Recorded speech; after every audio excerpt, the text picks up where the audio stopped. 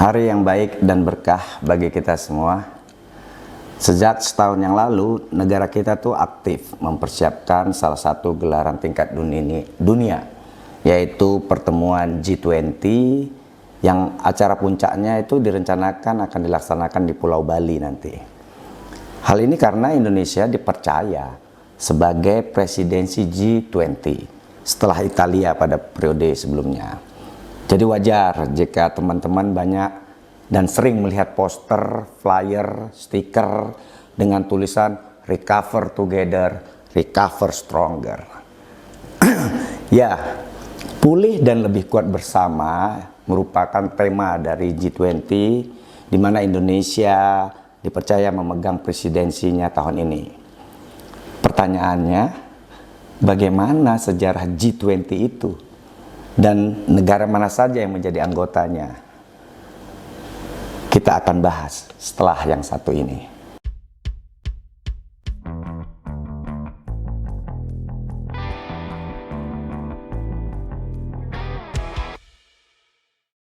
Oke, terima kasih masih setia menonton kanal Ekonom Receh. Episode kali ini kita akan bahas sejarah dan keanggotaan Group of 20 atau yang sering kita dengar selama ini dengan sebutan G20. Sebuah forum utama kerjasama ekonomi internasional yang beranggotakan negara-negara dengan perekonomian besar di dunia. Berawal dari pertemuan tingkat Menteri Keuangan dan Gubernur Bank Sentral pada tahun 1999, Forum Menteri Keuangan dan Gubernur Bank Sentral ini bertujuan membahas kebijakan-kebijakan yang perlu diterapkan dalam rangka mewujudkan stabilitas keuangan global. Terbentuknya forum ini diarahkan sebagai upaya bersama untuk memperoleh solusi atas kondisi dunia yang dilanda krisis sebagai dampak krisis keuangan dunia pada periode tahun 1997 hingga 1999. Nah, forum tersebut melibatkan negara-negara berpendapatan menengah dan memiliki pengaruh ekonomi secara sistemik, termasuk Indonesia. Nah, dilansir dari situs serpa20indonesia.econ.go.id, pembentukan G20 pada tahun 1999 tersebut timbul akibat kekecewaan komunitas internasional terhadap kegagalan negara-negara G7 atau G7 dalam mencari solusi terhadap permasalahan perekonomian global yang dihadapi saat itu. Pandangan yang mengemuka saat itu adalah pentingnya bagi negara-negara berpendapatan menengah serta yang memiliki pengaruh ekonomi secara sistemik terlibat dalam perundingan demi mencari solusi permasalahan ekonomi global. Nah, forum tersebut selanjutnya merangkul negara maju dan berkembang untuk bersama-sama mengatasi krisis utama yang melanda dunia seperti Asia, Rusia, dan Amerika Latin. Kemudian atas saran dari para menteri keuangan anggota G7 atau G7, para menteri keuangan dan gubernur bank sentral negara G20 mulai mengadakan pertemuan dengan tujuan mencari respon optimal dalam mengatasi krisis keuangan dunia yang sedang terjadi saat itu. Nah, pertemuan tingkat Menteri Keuangan ini dilaksanakan secara rutin pada musim gugur.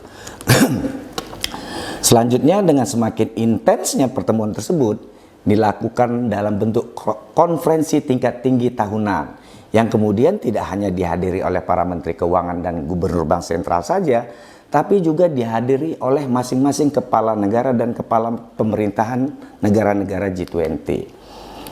Tepatnya 9 tahun kemudian, yaitu tanggal 14 dan 15 November 2008, para pemimpin negara-negara G20 bertemu untuk pertama kalinya dalam KTT G20 yang pertama.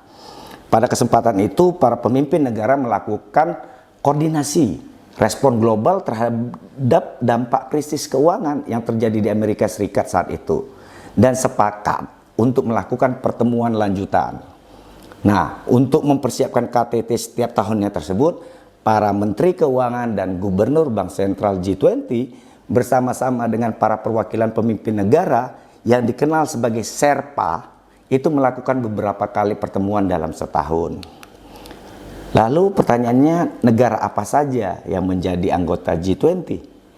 Sebenarnya hanya ada 19 negara yang tergabung dalam G20, yaitu Argentina, Australia, Brazil, Kanada, Cina, Prancis, Jerman, India, Indonesia, Italia, Jepang, Korea Selatan, Meksiko, Rusia, Arab Saudi, Afrika Selatan, Turki, Inggris, dan Amerika Serikat. Terus mengapa disebut Group of 20? Karena selain 19 negara tadi, terdapat satu lagi anggotanya, yaitu Lembaga Uni Eropa, sehingga genaplah disebut G20. Dan dalam pelaksanaan berbagai pertemuan tersebut, negara Spanyol selalu diundang sebagai tamu tetap. Kemudian setiap tahunnya, tuan rumah juga dapat mengundang negara-negara tamu yang mengambil bagian penuh dalam pertemuan-pertemuan G20. Kemudian beberapa organisasi internasional dan regional juga turut berpartisipasi, memberikan ruang representasi yang lebih luas di dalam forum G20 tersebut. Nah, pada gelaran G20 kali ini atau tahun ini, semoga Indonesia sebagai presidensi G20 bisa mendatangkan pemimpin Rusia, yaitu Mr. Putin. Karena Rusia merupakan anggota G20, dan juga pemimpin Ukraina, yaitu Mr. Volodymyr Zelensky sebagai tamu undangan. Jika saja kedua pemimpin negara yang sedang bertikai tersebut dapat duduk bareng sembari menikmati ayam betutu Bali yang terkenal sangat lezat, kemudian mereka sepakat untuk menghentikan perang dan komit menciptakan perdamaian di kawasannya, maka salah satu penyebab krisis global yang saat ini kita rasakan dapat terselesaikan. Sehingga apa? Dunia bisa fokus pada isu-isu prioritas saat ini, yaitu apa? Arsitektur kesehatan global, transformasi digital, dan transisi energi berkelanjutan. Nah, kalau menurut teman-teman sendiri, jika kedua pemimpin negara yang sedang konflik tersebut, yaitu Mr. Putin dan Zelensky, berkenan hadir pada acara G20 di Bali, apa minuman yang tepat disajikan saat mereka menikmati menu ayam betutu? Tuliskan ya komennya di sini. Kali aja nanti dibaca panitia dan berhasil mencairkan suasana sehingga kedua pemimpin negara tersebut bisa tersenyum bahkan tertawa. Oke. Sekian dulu sejarah dan keanggotaan G20. Episode ekonom receh berikutnya akan hadir membahas manfaat presidensi G20 bagi Indonesia.